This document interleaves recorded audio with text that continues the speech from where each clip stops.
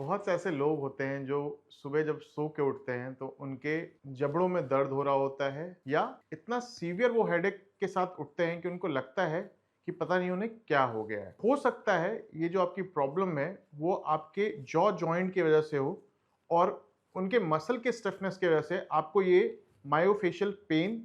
Experience हो रहा हो। हेलो एवरीवन, मैं डॉक्टर कौशल हूँ, मैं एक मैक्सिलोफेशियल सर्जन हूँ और इस वीडियो में आज मैं बात करने वाला हूँ फेशियल पेन या मायोफेशियल पेन के बारे में, जिससे कि बहुत से लोग परेशान हैं पर उनको ये नहीं पता कि किस तरह से वो इनका ट्रीटमेंट ले सकते हैं या किस तरह से वो पहचान सकते हैं कि उनको ये दिक्कत है। खास करके जब हम बहुत ज़्यादा स्क्रीन टाइम वाले काम में इन्वॉल्व होते हैं या जिसमें हमारा बहुत स्ट्रेसफुल लाइफ इन्वॉल्व होता है, तो ऐसे व्यक्ति मायोफेशियल पेन डिसफंक्शन सिंड्रोम, जो कि एक तरह का फेशियल पेन होता है, उससे सफर कर सकते हैं। जनरली इसके कई कारण हो सकते हैं, जैसा कि मैंने बताया, stress is one of the most important reason. Second, अगर आपके टूथ मैल अलाइंड है, अगर आपके दांत टेढ़े मेढ़े हैं, खाने पीने के जो ऑक्लूसिव फोर्सेज हैं वो यदि सही तरीके से डिस्ट्रीब्यूट नहीं हो रहा है आपके एनाटॉमिकल आर्किटेक्चर पे, तो भी आपको ये मायोफेशियल पेन देखने को मिल सकता है। कुछ ऐसे भी व्यक्ति होते हैं जिनके नॉर्मल माउथ ओपनिंग पे कड़ाके की आवाज आती है, बट यदि ये पेन एसोसिएटेड हो जाए तो फिर आपको एक स्पेशलिस्ट को मिलना चाहिए जो आपको सही तरीके से गाइड कर सके। सो बेसिकली दो कंपोनेंट होते हैं, पहला टीएमजे पेन और दूसरा मायोफेशियल पेन। जब ये बहुत लंबे समय तक अनट्रीटेड रहता है तो इसके वजह से ये दोनों कॉम्बिनेशन में प्रेजेंट करते हैं और पेशेंट में experience severe myofascial pen along with headaches. Generally जो हेडेक का मेन एरिया होता है वो साइड ऑफ द हेड होता है, जहां की आपके टेम्पोरलिस मसल की अटैचमेंट होती है और क्योंकि ये फोर्सेस सही से डिसिपेट नहीं हो रहा होता है टीएम जॉइंट के थ्रू, तो आपको ये सीवियर पेन एक्सपीरियंस करने को मिलता है। कभी कभी कुछ व्यक्ति ऐसा भी कंप्लेन करते हैं कि ये sir nagging lingering kind of pain continuous रहता है और मैं चाहे कितना ही अच्छा सो के उठूं या मेरी नींद कितनी ही अच्छे से पूरी हुई हो, तब भी उनको ये पेन देखने को मिल सकता है। अगर मैं प्रिवेंटिव मेजर्स की बात करूं तो सबसे पहला है कि यदि आपके लाइफ में स्ट्रेस बहुत ज़्यादा है तो आप अपना स्ट्रेस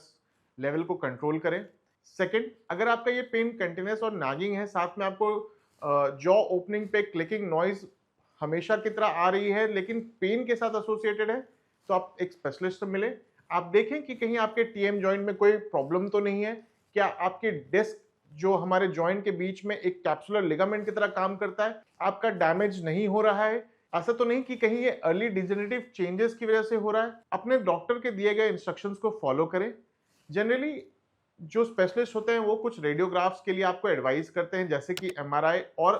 ऑर्थोपैंटोमोग्राम, जिसकी मदद से वो डिफरेंशिएट कर पाते हैं कि कोई जॉइंट के शेप में या जॉइंट के साइज में चेंजेस तो नहीं है, कहीं जो डिस्क है वो बहुत ज्यादा दो बोन्स के बीच में कंप्रेस तो नहीं हो रही है, जिसकी वजह से ये पेन आपका continuous and lingering kind of हो रहा है।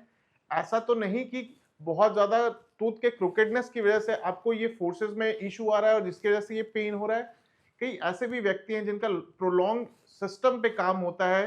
तो उनके हाथ अनसपोर्टेड रहते हैं जब वो इस तरह से काम करते हैं, तो उसके वजह से भी आपका ये मायोफेशियल पेन का कंपोनेंट देखने को मिल सकता है। जनरली ये इनिशियल लेवल पे जो पेन होता है वो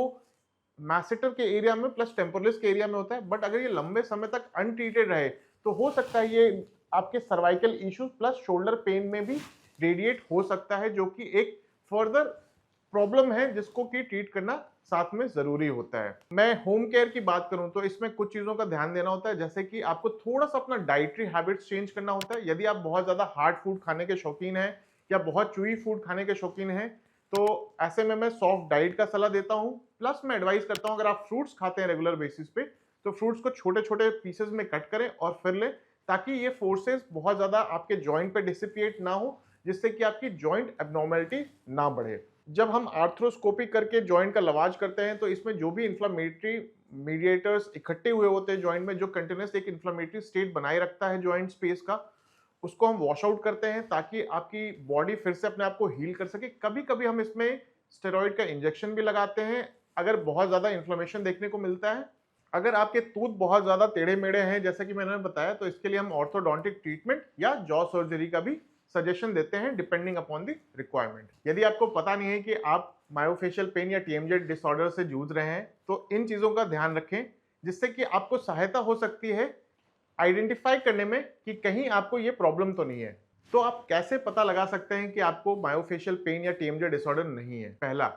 यदि आप सुबह उठते हैं और बहुत ज्यादा सीवियर हेडेक या पेन का कंप्लेन होता है तो हो सकता है आपको मायोफेशियल पेन की दिक्कत हो। दूसरा, यदि over the period of time gradually आपकी माउथ ओपनिंग रिड्यूस हो रही है, जितना पहले मुंह खुलता था यदि उतना नहीं खुल रहा है, तो हो सकता है आपको मायोफेशियल पेन या टीएमजे की दिक्कत हो सकती है। यदि आप जब सुबह उठते हैं, जब माउथ ओपनिंग क्लोजिंग ट्राई करते हैं और एक स्टिफनेस होती है और पॉपिंग नॉइज या क्लिकिंग नॉइज आता है, तो हो सकता है आपको टीएमजे की दिक्कत हो। यदि आप ऑफिस से जब घर आते हैं और बहुत ज्यादा सीवियर हेडेक के साथ स्टिफनेस और च्यूइंग में प्रॉब्लम आती है, तो हो सकता है आपको TMJ and myofascial pen related issue हो। तो आज ही अपने स्पेशलिस्ट से कनेक्ट करें ताकि आपको एक सही गाइडेंस मिल सके। आई होप आपको ये वीडियो पसंद आई होगी। टीएमजे से जुड़ी और ऐसी जानकारी के लिए आप हमें कमेंट बॉक्स में कमेंट करके सवाल भी पूछ सकते हैं। हमारे यूट्यूब चैनल एसबी एस्थेटिक्स को जरूर सब्सक्राइब करें और नोटिफिकेशन बेल पे क्लिक करना ना भूलें ताकि आपको रेगुलर अपडेट्स एंड नोटिफिकेशन मिलती रहे।